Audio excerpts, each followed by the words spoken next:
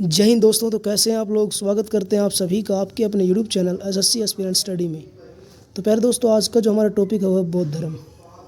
जो बौद्ध धर्म आज इस वीडियो में हम कंप्लीट करवाने वाले हैं, जो एग्ज़ाम की पॉइंट ऑफ व्यू से बहुत ज़्यादा इंपॉर्टेंट है। तो सबसे पहले देखेंगे बौद्ध धर्म के संस्थापक कौन थे। गौतम बुद्ध। गौतम बुद्ध थे जो बौद्ध धर्म के संस्थापक थे। इन्हें ही लाइट ऑफ एशिया कहा जाता है और इन्हें ही कहा जाता है लाइट ऑफ एशिया।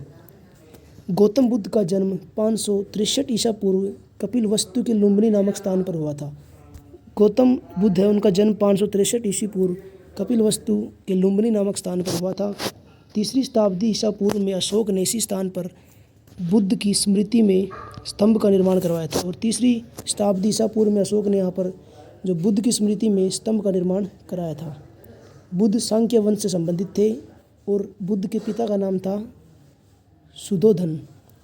बुद्ध के पिता का क्या नाम था। सुधोधन। और सुधोधन कपिलवस्तु के एक छोटे से गणराज्य के प्रधान थे। जो गौतम बुद्ध हैं उनके पिता कपिलवस्तु के एक छोटे से गणराज्य के प्रधान थे। गौतम बुद्ध के बचपन का नाम सिद्धार्थ था। जन्म के तुरंत बाद ही इनकी माता का देहांत हो गया था। और जो गौतम बुद्ध है उनके बचपन का नाम सिद्धार्थ था और जन्म के तुरंत बाद ही इनकी माता का देहांत हो गया था। और देहांत होने के बाद में इनका पालन पोषण इनकी जो मौसी होती है प्रजापति गौतमी वो करती है और इसी कारण इसे गौतम कहलाए।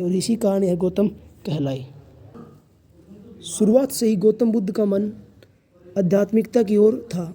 इसी के कारण इनके पिता चिंतित रहा करते थे। और जब गौतम 16 वर्ष के हुए तो इन्होंने इसका विवाह यशोधरा के साथ करवा दिया। गौतम बुद्ध का विवाह यशोधरा के साथ 16 वर्ष की उम्र में करवा दिया और 28 वर्ष की उम्र में ही इन्हें एक पुत्र हुआ जिसका नाम था राहुल। परंतु इस सब होने के बाद भी बुद्ध का मन दाम्पत्य जीवन से नहीं लगा और 29 वर्ष की उम्र में इन्होंने गृह त्याग दिया। जो गौतम बुद्ध थे उन्होंने 29 वर्ष की उम्र में अपना गृह त्याग दिया और 7 वर्ष तक ज्ञान की प्राप्ति में उधर उधर भटकते रहे। और 7 वर्ष तक ज्ञान की प्राप्ति के लिए इधर उधर भटकते रहे। इसी दौरान इनकी मुलाकात बिंबिसार, उदयक और आलार कलाम से हुई। ध्यान रखिए प्यारे दोस्तों, जो यह आलार कलाम था सिद्धार्थ का प्रथम गुरु हुए। बाद में जो आलार कलाम है ये सिद्धार्थ के प्रथम गुरु हुए थे।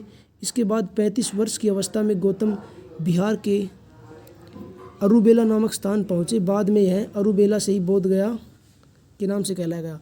जो 35 वर्ष की अवस्था में बिहार के अरुबेला नामक स्थान पर पहुँचे गौतम, और बाद में जो अरुबेला स्थान है यही बोध गया के नाम से पहचाना गया। यहाँ पर ही गौतम बुद्ध ने पीपल के पेड़ के नीचे ज्ञान प्राप्त करने की लिए समाधि लगाई थी और 49वें दिन इन्हें ज्ञान की प्राप्ति हुई। और जो यहाँ पर गौतम बुद्ध ने पीपल के पेड़ के नीचे ज्ञान प्राप्ति के लिए समाधि लगाई थी और 49वें दिन इन्हें ज्ञान की प्राप्ति हुई। तभी से लेकर पीपल के पेड़ बोध वृक्ष के नाम से जाना जाता है और ज्ञान की प्राप्ति करने के बाद सिद्धार्थ बुद्ध के नाम से कहलाए। तभी से जो पीपल का पेड़ है ये बोध वृक्ष के नाम से जाना जाता है और जो सिद्धार्थ है वो सिद्धार्थ बुद्ध के नाम से कहलाए। क्योंकि बुद्ध का अर्थ होता है ज्ञान की प्राप्ति। जो बुद्ध होता है उसका अर्थ होता है ज्ञान की प्राप्ति। इसके बाद महात्मा बुद्ध ने वाराणसी के समीप सारनाथ में अपने 5 ब्राह्मण शिष्यों को पहली बार उपदेश दिया। जो सारनाथ है उसके अंदर उसके 5 ब्राह्मण शिष्य थे, उन्हें पहली बार उपदेश दिया और इसी चीज़ को बौद्ध ग्रंथों में धर्म चक्र परिवर्तन कहा गया। और जो यह चीज़ है इसे ही जो बौद्ध ग्रंथ है उनमें धर्म चक्र परिवर्तन कहा गया। बुद्ध ने अनेक राज्यों में भ्रमण किया और उपदेश दिए। प्रमुख प्रचार का केंद्र मगध था।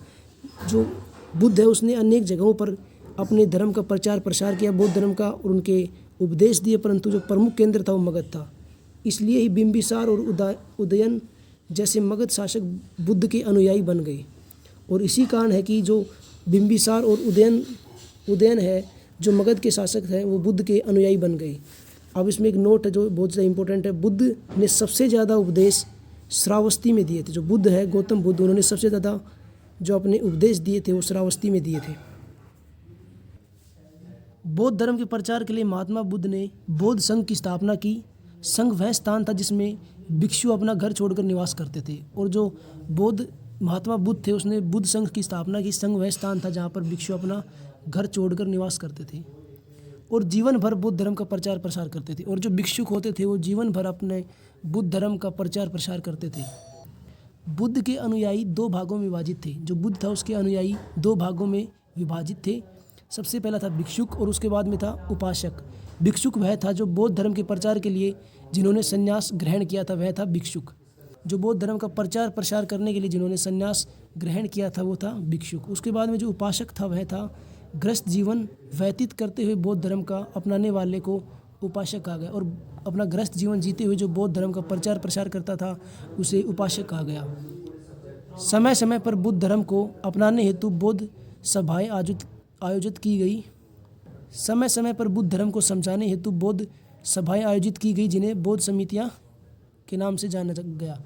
और जो समय समय पर बौद्ध धर्म का प्रचार प्रसार करने के लिए बौद्ध सभाएं आयोजित की गई, जिन्हें क्या कहा गया, जिन्हें कहा गया बौद्ध संगीतियाँ। जो सबसे पहली जो बौद्ध समिति थी, प्रथम बौद्ध समिति, वो स्थान कहाँ पर हुई थी? राजगृह में।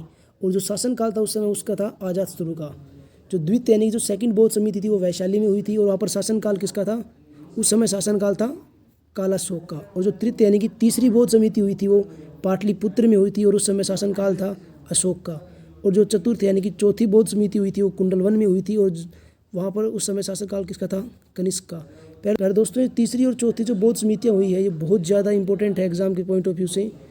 इंपॉर्टेंट फर्स्ट और सेकंड भी है, लेकिन ये काफ़ी बार पूछी जा चुकी है एग्जाम में, तृतीय और चतुर्थ यानी कि तीसरी और चौथी बौद्ध समिति।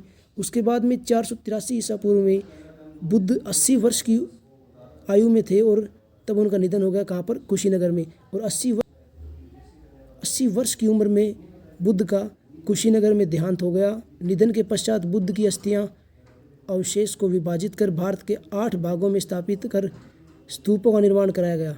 और उनकी मृत्यु के पश्चात जो अस्थि थी उनके अवशेषों को विभाजित कर भारत के 8 भागों में स्थापित कर स्तूपों का निर्माण कराया गया। इसमें से सबसे बड़ा स्तूप सांची में स्थित है, और जो इसमें से सबसे बड़ा स्तूप है वो प्यारे दोस्तों सांची में स्थित है। तो प्यारे दोस्तों, आज के लिए इतना ही। अगर वीडियो अच्छी लगी तो चैनल को सब्सक्राइब करें, वीडियो को लाइक करें।